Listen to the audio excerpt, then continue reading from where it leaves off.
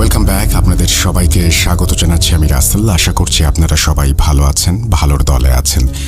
আমিও আলহামদুলিল্লাহ ভালো আছি, ভালোর দলে আছি। আমি আপনাদের সবার সুস্থতা কামনা করছি, কারণ আপনারা অনেকেই জানেন, হয়তো সবাই জানেন যে বাংলাদেশে আবারও ডেঙ্গুর প্রকোপ বেড়েছে, এবং ডেঙ্গুর প্রকোপ যখন বাড়ে তখন আমি খুব চিন্তিত হয়ে উঠি, কারণ এই সময়টা না খুব ডিফিকাল্ট সবার জন্য। আপনারা এটাও জানেন নিশ্চয়ই যে ডেঙ্গু জ্বর এবার একবার অনেকের হচ্ছে, আবার অনেকের আবার দ্বিতীয়বারের মতো জ্বর আসছে বা দ্বিতীয়বারের মতো আক্রান্ত হচ্ছে। সুতরাং আমি আপনাদেরকে অনুরোধ করব যে এই ব্যাপারটাকে কোনোভাবেই ছোটোভাবে নেবেন না, এবং যদি সম্ভব হয়, অবশ্যই সম্ভব হওয়াটাই উচিত, যে যখনই আপনি অসুস্থ হন বা ডেঙ্গুর কোনো সিমটম দেখলে সঙ্গে সঙ্গে ডাক্তারের পরামর্শ নিয়ে নেবেন। এটা আমার অনুরোধ থাকলো। সবাইকে সুস্থ থাকতে হবে।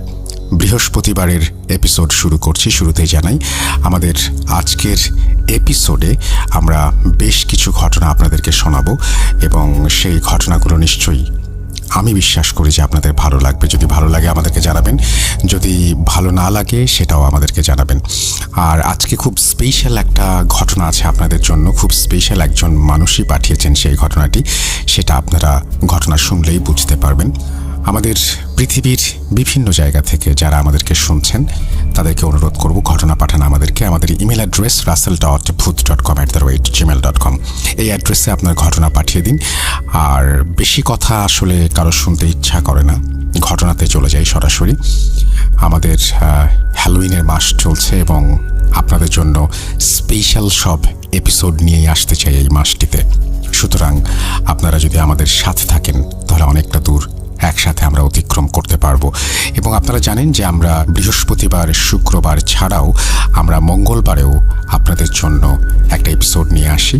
সুতরাং আমাদের ইউটিউব চ্যানেলটি সাবস্ক্রাইব করে ফেলুন, তাহলে আপনারা এই সমস্ত তথ্য বা এই সমস্ত বিষয়ে আরও জানতে পারবেন।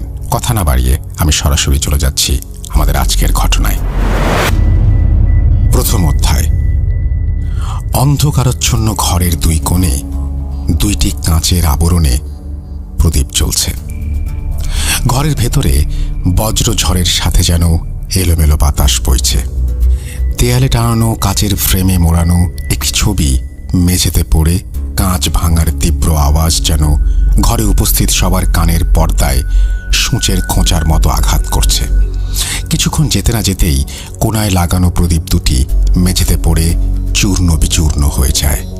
সারা ঘরকে যেন কোনো এক অমঙ্গল অমাবস্যার কালো ছায়া এসে গ্রাস করে।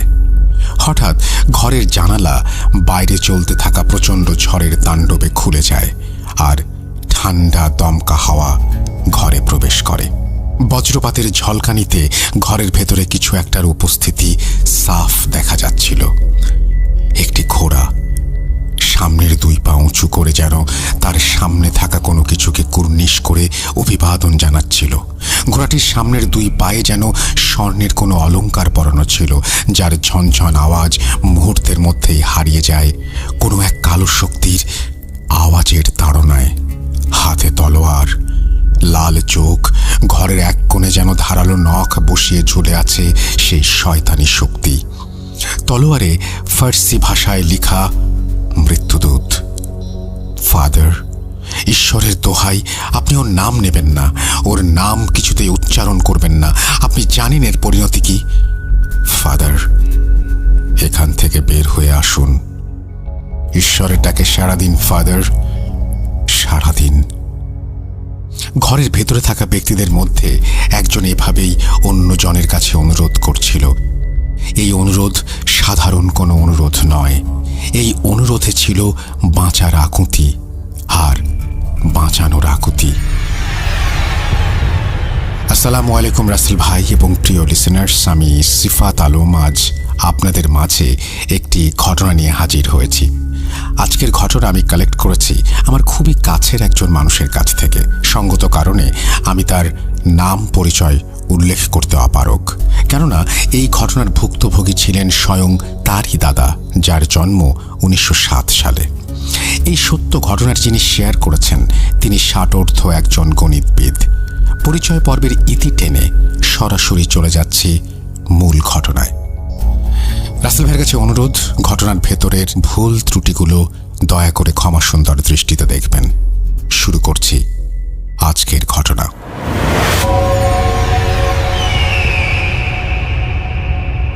বহু বছর আগে, যখন এই পৃথিবীতে আধুনিকতার ছোঁয়াও লাগেনি, তখন মানুষ ছোট ছোট গোত্রে ভাগ হয়ে ছোট ছোট গ্রামে বসবাস করত।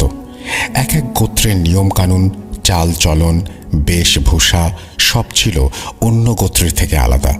সবকিছু আলাদা হলেও তাদের মধ্যে অদ্ভুত এক মিল ছিল, আর সেটি হলো তারা কেউই একে অপরের ভালো সহ্য করতে পারত না।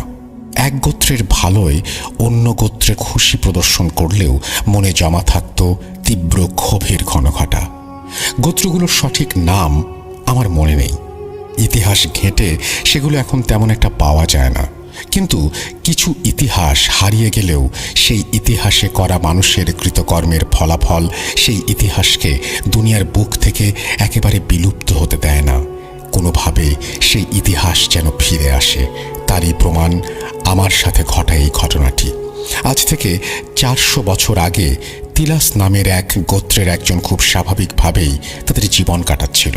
তারা তখনকার সময়ে বেশ উঁচু জাতের গোত্রের অন্তর্ভুক্ত ছিল। তখনকার সময়ে তারা হাতের কাজের জন্য বেশ পরিচিত ছিল। সুখে শান্তিতে বসবাসরত সেই গোত্র তখনও তাদের সামনে কি অপেক্ষা করছে সে বিষয়ে ছিল অজ্ঞাত। সে সময়ে ডাউস নামের আরেকটি গোত্র ছিল, যারা ছিল মূলত যোদ্ধা জাতি। তারা যেমন ছিল সাহসী, তেমন ছিল উগ্র এবং হিংস্র। আশেপাশের গোত্রের মানুষেরা তাদের দেখে ভয়ে লুকিয়ে থাকত। তাদের ভাষ্যমতে তারা ছিল পশুর থেকেও হিংস্র। অনেকের মুখে প্রচলিত ছিল ডাউস গোত্রের লোকেরা যখন পাহাড়ি এলাকা দিয়ে হেঁটে যেত তখন তাদের শরীর থেকে যেন পশুর দুর্গন্ধ পাওয়া যেত। ডাউস গোত্রের যোদ্ধারা অন্যান্য গোত্রের গ্রামে আক্রমণ